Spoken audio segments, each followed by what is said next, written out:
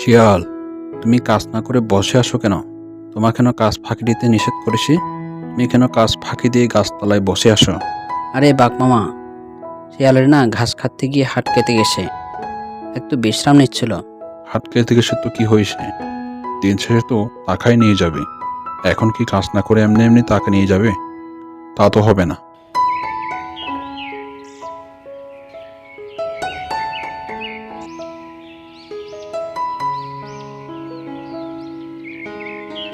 ওগো, তোমার হাতে কাপড় বাঁধা কেন? তোমার কি হয়েছে? আরে ওকে শোনা, ও একটু ঘাস কাটতে গিয়ে কেটে গিয়েছে। এ কি বলছো? এটা কি একটু? আরে চিন্তা করো না, সামান্য কেটে গিয়েছে। আমি তো আগেই বলেছি একটু সাবধানে কাজ করো।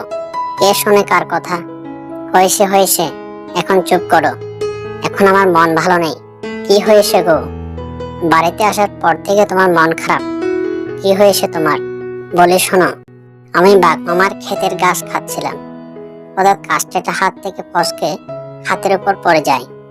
পরে সবাই আমাকে গাছের নিচে বসিয়ে রাখে।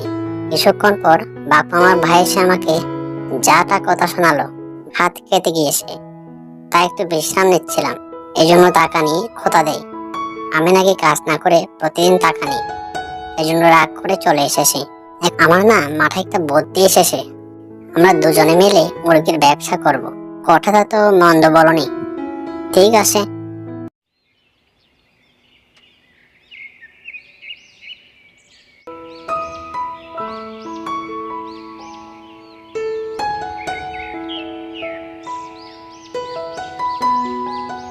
ভাই, একটা মুরগি কত করে?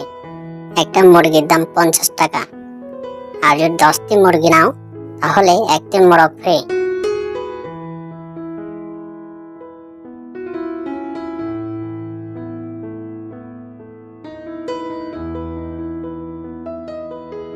ওগো, আমাদের মুরগিগুলো তো প্রতিদিন ডিম পাচ্ছে।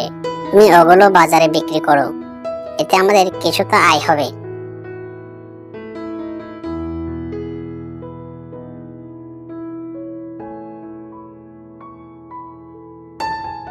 ওগো, আমাদের পুরনো ঘরকে নতুন করে তৈরি করতে হবে এবং কিছু জমিও দরকার। হ্যাঁ ঠিক আছে, আমি আজই মিস্ত্রির সাথে কথা বলবো আমাদের নতুন বাড়ি তৈরির জন্য। আর শুনলাম বাঘের জমিতে নাকি কেউ আর এখন কাজ করে না, আর তাই অনেক ক্ষতি হয়েছে। তাই সে তার জমি বিক্রি করে ফেলবে। এটা তো অনেক বড় একটা সুযোগ। তুমি আজই যাও বাঘের সাথে কথা বলতে। ঠিক আছে, আমি এক্ষুনি যাচ্ছি।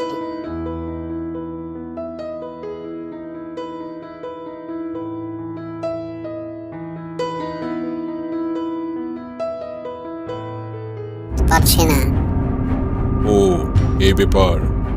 আয়, আমাকে তোরা আক্রমণ কর, দেখি কত বড় সাহস তোদের।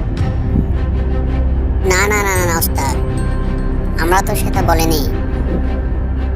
আচ্ছা শোনো, এই জঙ্গলে কিংকং আর পাগলু রাক্ষস নামের দুইটা হিংস্র দানব আসে।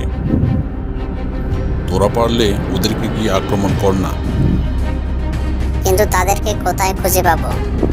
কেন, তোরা না খুব হিংস্র? এটুকু কাজও করতে পারিস না? যা, খুঁজে বের করে যা।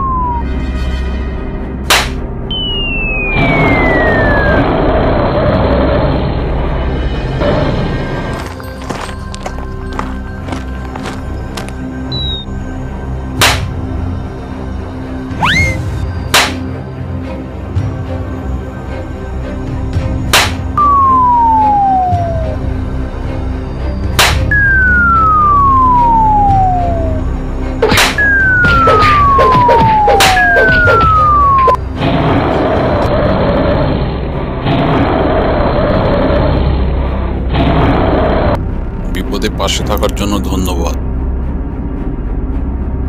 ওদের সংখ্যা অনেক, এরপরও আবার আসবে আমাদের আক্রমণ করতে। আমি কোনো যুদ্ধে জড়াতে চাই না। ওই মাথা খাতা শিয়ালের দল আবারও আসলে দুজনে মিলে প্রতিহত করব। ঠিক আছে, পরে দেখা হবে। আমার শিয়ালের দলকে তোরা তছনছ করে দিয়েছিস। কিংকং আর পাগলু রাক্ষসের এত বড় সাহস! এবার আমি আসবো তোদের সাথে মোকাবিলা করতে। প্রতিশোধ নেব আমি, প্রতিশোধ।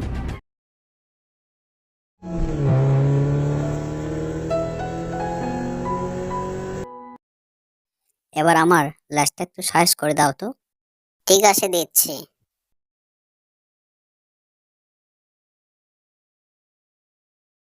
এবার আমার পাওনা পরিশোধ করো তো দেখি। সে কি শিয়াল ভাইয়া, তুমি তো জানো আমার স্বামী এই জঙ্গলের রাজা। আমার থেকে টাকা নেওয়াকে তোমার ঠিক হবে?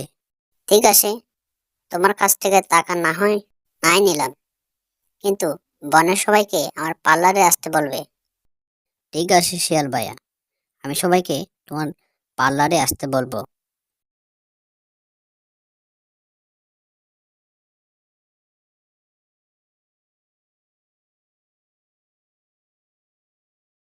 বাঘিনীর মুখ থেকে শিয়ালের পার্লারের খবর বনের সব জায়গায় ছড়িয়ে পড়ল। একে একে সবাই শিয়ালের পার্লারে আসতে শুরু করলো।